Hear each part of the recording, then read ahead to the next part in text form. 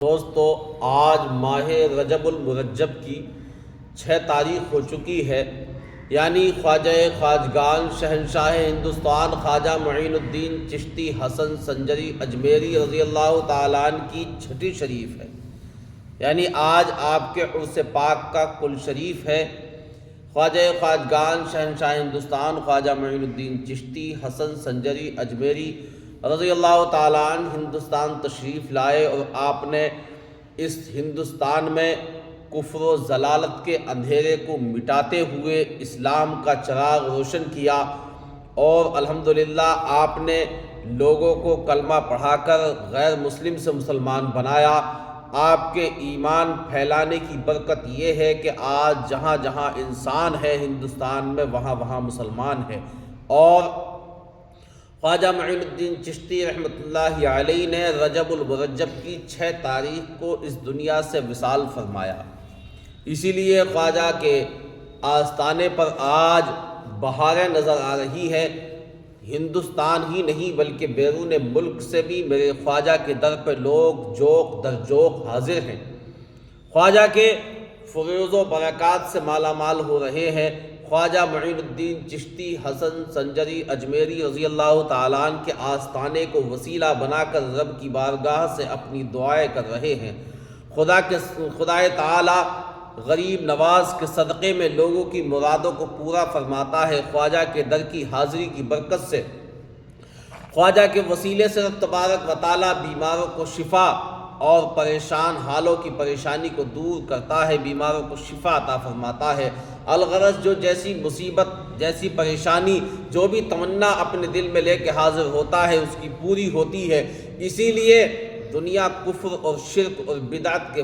فتوے بانٹ اور چھانٹ رہی ہے، لیکن اس کے باوجود بھی خواجہ کے چاہنے والوں میں کمی نہیں بلکہ روز بروز ترقی ہوتی جا رہی ہے۔ 813 سال ہو چکے ہیں خواجہ کا عرس ہوتے ہوتے۔ لوگ کہتے ہیں کہ عرس پاک، صابر پاک کا عرس، غریب نواز کا عرس، نظام الدین اولیاء کا عرس، دیگر اولیاء کرام کے عرسوں کو اعلیٰ حضرت نے شروع کیا ہے۔ اعلیٰ حضرت کو تو 170-72 سال اس دنیا میں آئے ہوئے اور 100 کچھ سال دنیا سے گئے ہوئے بھی ہو چکے ہیں۔ پتہ چلا صابر پاک کا عرس 756واں اس سال ہوا ہے، غریب نواز کا عرس پاک اس سال 813واں عرس پاک ہو رہا ہے۔ پتہ چلا کہ جب اعلیٰ حضرت کی پیدائش بھی نہیں ہوئی تھی تبھی اعلیٰ حضرت کا مشن، اعلیٰ حضرت کی سوچ لے کر غریب نواز اس ہندوستان میں تشریف لائے۔ جس سوچ کو لے کر غریب نواز اس ہندوستان میں آئے ہیں، اعلیٰ حضرت نے غریب نواز کے کھڑاؤں، غریب نواز کی جوتیوں کو اپنا سر کا تاج بناتے ہوئے اس مشن کو آگے بڑھایا ہے، اور ہمیں یہ دستور حیات دیا ہے کہ ان اللہ والوں کے دروں سے دامنوں سے وابستہ رہو اور ان کے در پہ حاضر ہو کر غریب نواز کے در پہ حاضر ہو، خواجہ خواجگان کے در پہ حاضر ہو، ان سے محبت کرو، ان کے طریقے پہ عمل کرو۔ ایسا نہیں خالی محبت کا دم بھرا جائے، خالی ان کے نام کے نعرے لگائے جائیں، بلکہ جیسے انہوں نے نماز کو پسند کیا ہم بھی نمازی ہوں، جیسے انہوں نے سنتوں پہ عمل کیا ایسے ہم بھی سنتوں پہ عمل کرنے والے ہو جائیں۔ جیسے صابر پاک نے نماز کی پابندی کی، شریعت کی پابندی کی، ہمارا کوئی بھی قول، فعل، کام، کارنامہ ہمارا بزرگوں کے طریقے سے اگر خلاف ہوگا تو کل بروز قیامت ہمیں ان بزرگوں کی شفاعت نصیب نہیں ہوگی۔ یہ بزرگ ہم سے راضی نہیں ہوں گے، نہ ہی خدا راضی ہوگا۔ اگر چاہتے ہو کہ خدا راضی ہو جائے، اللہ اس کا رسول راضی ہو جائے اور یہ بزرگ بھی راضی ہوں،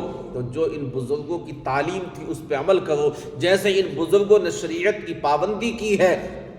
ایسے ہی تم بھی شریعت کے پابند ہو جاؤ۔ اعلیٰ حضرت کا مسلک یہی ہے، اعلیٰ حضرت کی تعلیم یہی ہے، اور وہی مشن جو غریب نواز کا تھا، جو صابر پاک کا تھا، اسی مشن کو اعلیٰ حضرت نے آگے بڑھایا ہے۔ اور اعلیٰ حضرت کا حکم ہے کہ دنیا میں جو جگہیں دعائیں مقبول ہونے والی ہوتی ہیں ان میں سے ایک جگہ اجمیر معلیٰ بھی ہے، لہٰذا اجمیر معلیٰ میں حاضر ہو، اور حاضر ہونے کے بعد غریب نواز کے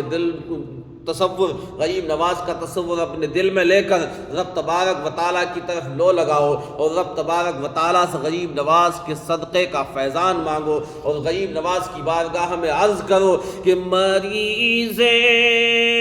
ہجر ہے کوئی مریض